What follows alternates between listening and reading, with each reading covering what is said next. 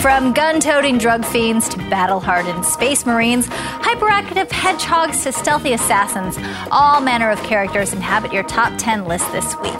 Here's how you voted so far. This week, Grand Theft Auto 3 outruns the cops, kills a hooker, and steals the 10th spot. At number 9, Soul Calibur has way more soul than Soul Plane and less rock cocaine than James Brown. Halo 2 is no noob to the countdown, it shoots up 8th place. Snake is dead. Wait, no, he's at number 7. A 64-bit plumber? What's next, 128-bit gardener? Oh, fine. Super Mario 64 is 6th. I'm sure this won't be the final time that Final Fantasy VII shows up on our countdown. It's 5th. At number 4, Sonic the Hedgehog proves to be more popular than any high-speed badger or skunk bear. Though the ending makes it seem like half of a game, Half-Life 2 makes the countdown at 3rd.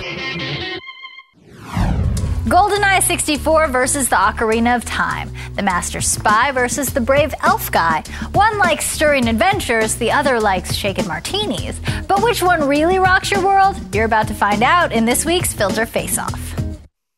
Zelda's zealous zestiness or guileful golden gadgets? This week's Filter Faceoff is going to be classic either way. If your idea of a classic game includes doing ocarina solos and Lilliputians named Link, then you'd probably vote for the fan favorite, The Legend of Zelda: The Ocarina of Time. I think a lot of fans of Zelda were just enamored with it. Being able to ride a horse, being able to go to so many different areas of the Hyrule world.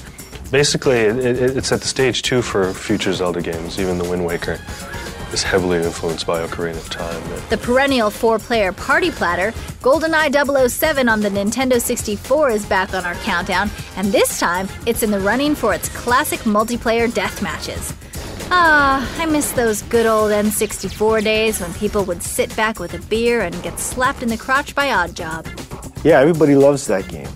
It really, people played it over and over again, and then even when they finished playing it, they'd get together in these multiplayer games, with the N64 and this, would play it forever. They'll still play it now if you set it up.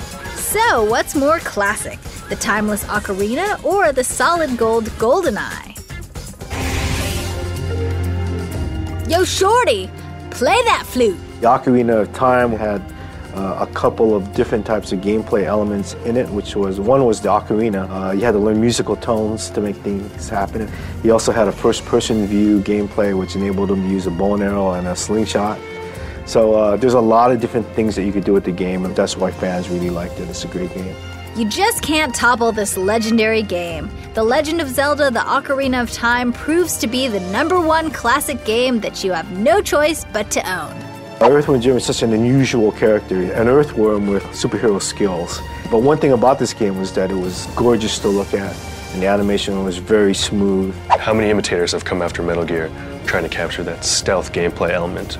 Most fail, but some get it right, and Metal Gear is always going to be that classic game that started it all. And so the suave super spy takes it on the chin from the elfin adventurer.